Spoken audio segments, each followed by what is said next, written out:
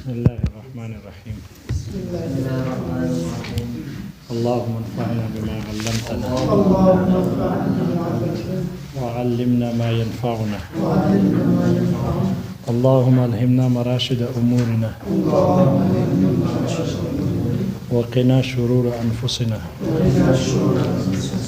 ربنا تقبل منا إنك أنت السميع العليم.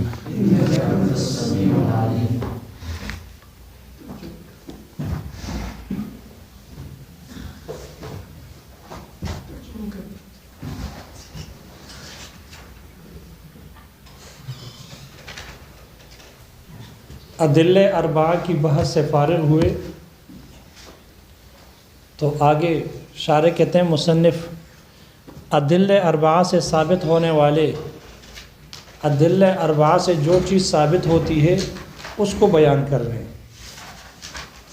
شارح کہتے ہیں میں تو پہلے ہی بتا چکا ہوں بالکل شروع کتاب میں کہ علم اصول فقہ کا جو موضوع ہے راجح اور مختار قول کے مطابق الادلۃ والاحکام مجموعہ ہے، دونوں مراد ہیں، نہ صرف ادلہ ہے اور نہ ہی صرف احکام. چونکہ مختار قول یہی تھا کہ اصول فقہ کا موضوع ادلہ اور احکام دونوں ہے تو ادلہ کی بحث سے فراغت ہو گئی، ادلہ کی بحث ختم ہو گئی. کتاب اللہ، سنت رسول، اجماع الامت اور قیاس شرعی، اس کی بحث مکمل ہو گئی. اب یہاں سے ان ادلہ اربعہ سے ثابت ہونے والے احکامات کو ذکر کر رہے ہیں. اصول فقہ کے موضوع کا دوسرا حصہ، دوسرا جز بیان کر رہے ہیں.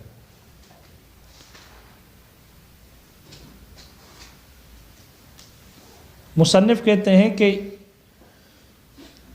وہ حجتیں جو پہلے قیاس سے پہلے گزر گئی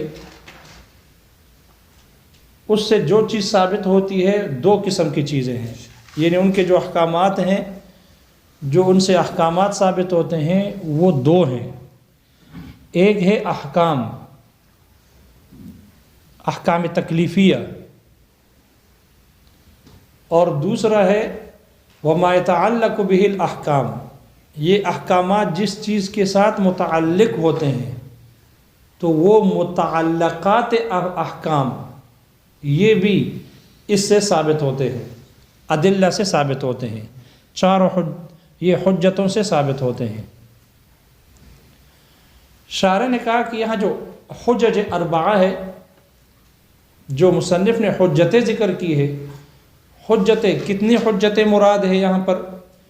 تو وما ثبت وجملۃ ما ثبت بالحجج، حجتوں سے جو کچھ ثابت ہوتی ہے. تو کتنی حجتوں سے احکامات ثابت ہوتے ہیں؟ 3 حجتوں سے. شارح نے یہاں قیاس کا استثناء کیا کیونکہ قیاس مثبت حکم نہیں بلکہ مظہر حکم ہے. اس لیے شارح کہتے ہیں کہ میں نے اس سے یہ قیاس کا میں نے استثناء کر دیا کیونکہ قیاس سے حکم ثابت نہیں ہوتا بلکہ اس سے حکم ایک جگہ سے، قیاس تو اس لیے کیا جاتا ہے کہ اس سے حکم ایک جگہ سے دوسری جگہ متعدی ہو، اصل والا حکم فرع میں ثابت ہو. تو وہاں فرع کے اندر تو حکم ثابت تو نہیں کرتے، وہ اصل والا حکم ہی وہاں فرع کے اندر ثابت کی جاتی ہے، متعدی کی جاتی ہے. اس لیے قیاس حقیقت میں مظہر حکم ہے، مثبت حکم نہیں.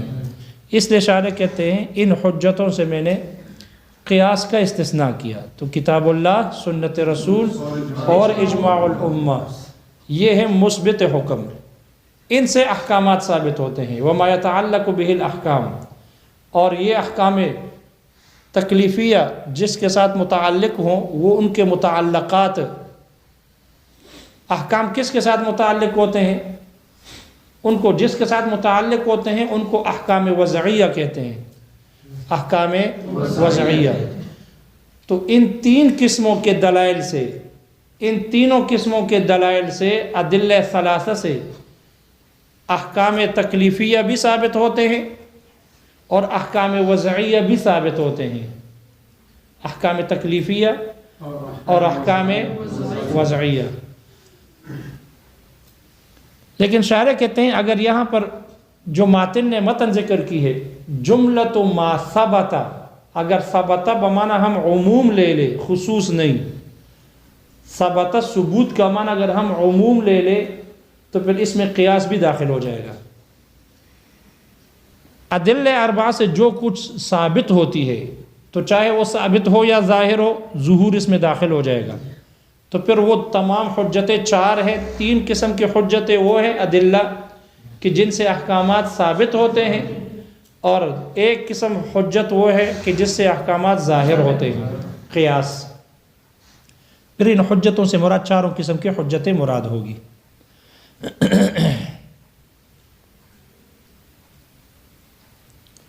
تو ان چاروں حجتوں سے جو دو چیزیں ثابت ہوتی ہے، ایک ہے احکام، اور احکام سے مراد احکام تکلیفیہ،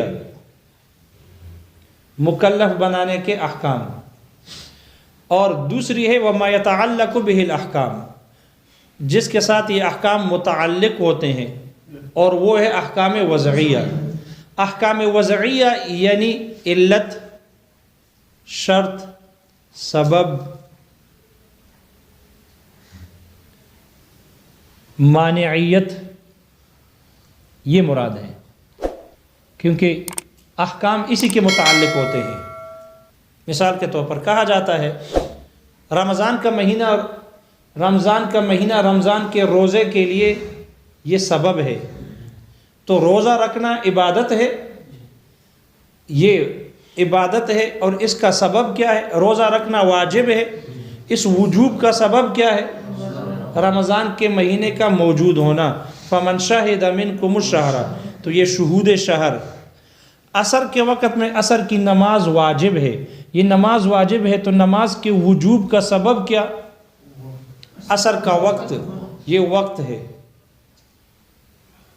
تو اسی طرح حج کرنے کا ہے، بیت اللہ ہے وغیرہ۔ تو یہ جو علت ہے، سبب ہے، شرط ہے، مانعیت وغیرہ چیزیں ہیں، یہ احکام وضعیہ ہے۔ یہ احکام اس لیے کہ احکامات اس کے ساتھ متعلق ہوتے ہیں۔ اور احکام تکلیفیہ سے مراد، احکام تکلیفیہ سے مراد وجوب، فرضیت، ندب، اباحت، کراہت، حرمت وغیرہ ہے۔ یہ ہے جو ان سے ثابت ہوتے ہیں ادلہ اربعہ سے۔ تو دو قسم کی چیزیں ان چار قسم کے دلائل سے ثابت ہوتی ہیں۔ شارح کہتے ہیں کہ یہ جو فقہاء ہے، اصولیین، انہوں نے یہ جو دو چیزیں ثابت ہوتی ہے، احکام اور وما يتعلق به الاحکام، ان کو باقاعدہ طور پر منضبط ذکر نہیں کیا، بلکہ منتشراً ذکر کیا، بغیر ترتیب کے فقہاء نے اپنی کتابوں میں ان کو ذکر کیا ہے، باقاعدہ ترتیب سے ذکر نہیں ہوا۔ البتہ کہتے ہیں کہ صاحب توضیح نے اس کو ضبط کے ساتھ، ترتیب کے ساتھ ذکر کیا ہے۔ صاحب توضیح فرماتے ہیں کہ حکم یہ تین چیزوں کا محتاج ہوتا ہے۔ حکم جو ہے یہ حاکم کا محتاج، جیسے امر عامر کا محتاج، تو حکم حاکم کا محتاج، اور محکوم علیہ کا محتاج، اور محکوم بہ کا محتاج ہوتا ہے۔ ہر حکم کے لیے تین چیزوں کا ہونا ضروری ہے۔ حکم ہو تو کوئی حکم دینے والا ہو، حاکم، اور جس کو حکم دیا جائے وہ ہونا ضروری ہے، محکوم علیہ، اور جس چیز کا حکم دیا جائے محکوم بہ، اس کا ہونا ضروری ہے۔ حاکم اللہ تعالیٰ کی ذات ہے، عامر اور حاکم اللہ تعالیٰ کی ذات ہے، اور محکوم علیہ اور معمور، محکوم علیہ یا معمور، یہ مکلف ہے، جو عاقل ہو، بالغ ہو، اور مجنون وغیرہ نہ ہو، یہ عاقل بالغ، چاہے من الانس ہو یا من الجن ہو، من الانس ہو یا من الجن ہو، مکلف دونوں ہے، اس لیے من الانس اور جن دونوں، یہ ہے محکوم علیہ یا معمور۔ تیسری چیز ہے محکوم بہ یا معمور بہ، اور وہ ہے مکلف کے جو افعال ہوتے ہیں،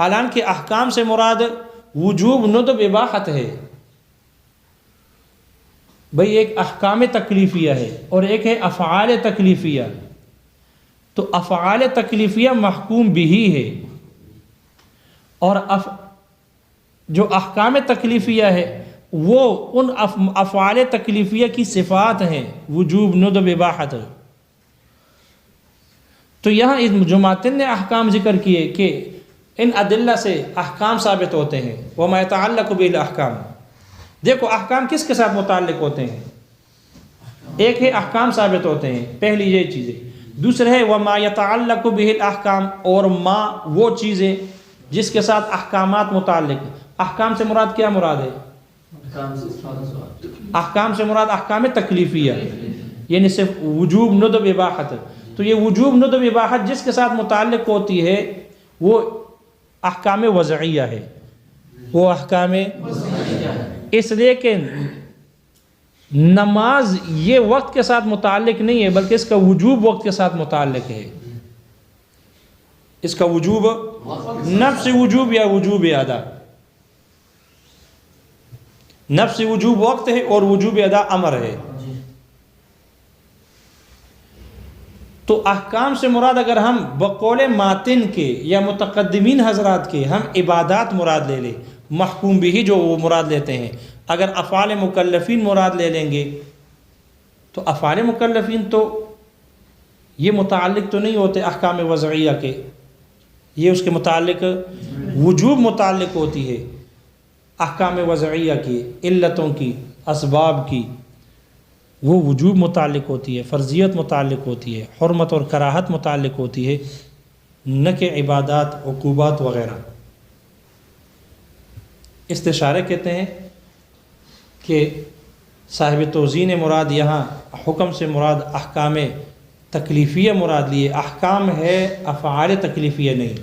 اور ماتن نے جو یہاں پر احکام مراد لیے ہیں اس احکام سے مراد انہوں نے اور متقدمین حضرات نے اس جو مراد لیے ہیں وہ افعال مکلفین مراد لیے ہیں احکام سے. صفات مکلفین، ان کے افعال کی صفات مراد نہیں. اس لیے شارح کہتے ہیں یہ متقدمین جن میں خود مصنف بھی داخل ہے یہ ان کی تسامح ہے، ان کی تسامح ہے. اس لیے مصنف نے کہا کہ احکام ادلہ سے جو چیز ثابت ہوتی ہے وہ احکام ہے. وما يتعلق به الاحکام. تو پھر ماتن نے جو احکام مراد لی ہے اس احکام سے مراد بقول صاحب توضیح کے محکوم بھی مراد ہے. انہوں نے احکام ذکر کیے لیکن احکام سے مراد تو احکام تکلیفیہ ہوتی ہے، یعنی سے وجوب ندب اباحت مراد ہوتی ہے، جبکہ یہاں احکام سے مراد محکوم بھی مراد ہے، یعنی عبادات، عقوبات وغیرہ، عشر، خراج، کفارات وغیرہ. لہذا یہاں احکام سے مراد محکوم بھی ہے، کیونکہ آگے جو آگے تقسیم کر رہے ہیں، آگے تقسیم محکوم بھی کی تقسیم کر رہے ہیں. اس لیے مصنف نے فرمایا کہ یہ جو احکام ہے، احکام کیونکہ ادلہ سے احکام ثابت ہوتے ہیں، اور احکام وما يتعلق به الاحکام، وما يتعلق به الاحکام کی بحث آگے آ رہی ہے. یہاں احکام، اور احکام کے بارے میں مصنف نے کہا کہ اس احکام کی 4 قسمیں ہیں، احکام کی 4 قسمیں ہیں، لیکن یہاں احکام سے مراد محکوم بھی مراد ہے، احکام مراد نہیں، محکوم بھی مراد ہے. اور یہ محکوم بھی 4 ہے، یہ محکوم بھی کی 4 قسمیں ہیں، یہ 4 ہیں. خالص اللہ کا حق، پہلا قسم خالص اللہ کا حق ہو، خالص اللہ کا حق ہو، خالص حقوق اللہ میں سے ہو. اور پہلا حکم یعنی محکوم بھی وہ ہے کہ جو خالص اللہ کا حکم ہو حقوق اللہ میں سے، یعنی اس سے مراد وہ احکامات ہیں کہ جس میں عامت المسلمین کا نفع ہو، عامت المسلمین کے نفع اس کے ساتھ متعلق ہو. اللہ تعالیٰ کا حق ہو، خالص اللہ کا حق ہو، یعنی اس کے ساتھ عامت المسلمین کا نفع متعلق ہو. جیسے کہ بیت اللہ کی حرمت کا ہونا، بیت اللہ کی حرمت کے ساتھ عام مسلمانوں کا نفع متعلق ہے، اس لیے لوگوں نے اس کو اپنا قبلہ بنا دیا۔ تو لوگوں کی قبلہ بنا دینے سے عام لوگوں کا حق اس کے ساتھ متعلق ہے، نفع متعلق ہے۔ یا جیسے کہ زنا کا حرام ہونا، زنا کے حرام ہونے کے ساتھ عامت المسلمین کا نفع متعلق ہے، تمام مسلمانوں کا نفع اس کے ساتھ متعلق ہے زنا کی حرمت کے ساتھ، کیونکہ اگر زنا کی حرمت نہ ہوگی تو پھر انساب نسب کا پتہ نہیں چلے گا، جب نسب کا پتہ نہیں چلے گا تو لوگوں کے نسب خراب ہو جائیں گے، تو لوگوں کا نقصان ہوگا۔ اس لیے عام لوگوں کا نفع اس کے ساتھ متعلق ہے کہ زنا کو حرام کیا جائے، تو زنا کی حرمت کے ساتھ عامت المسلمین کا نفع متعلق ہے تاکہ ان کی نسب محفوظ ہو، ان کی نسب محفوظ ہو۔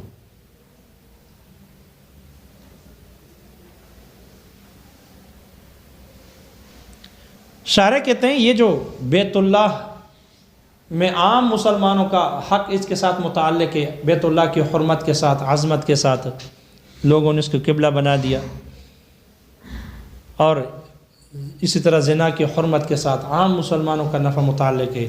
ان کو حقوق اللہ، خالص حقوق اللہ میں سے قرار دینے کا مطلب کہ بندوں کا نفع اس کے ساتھ متعلق ہے، رب کا نفع اس کے ساتھ متعلق نہیں ہے۔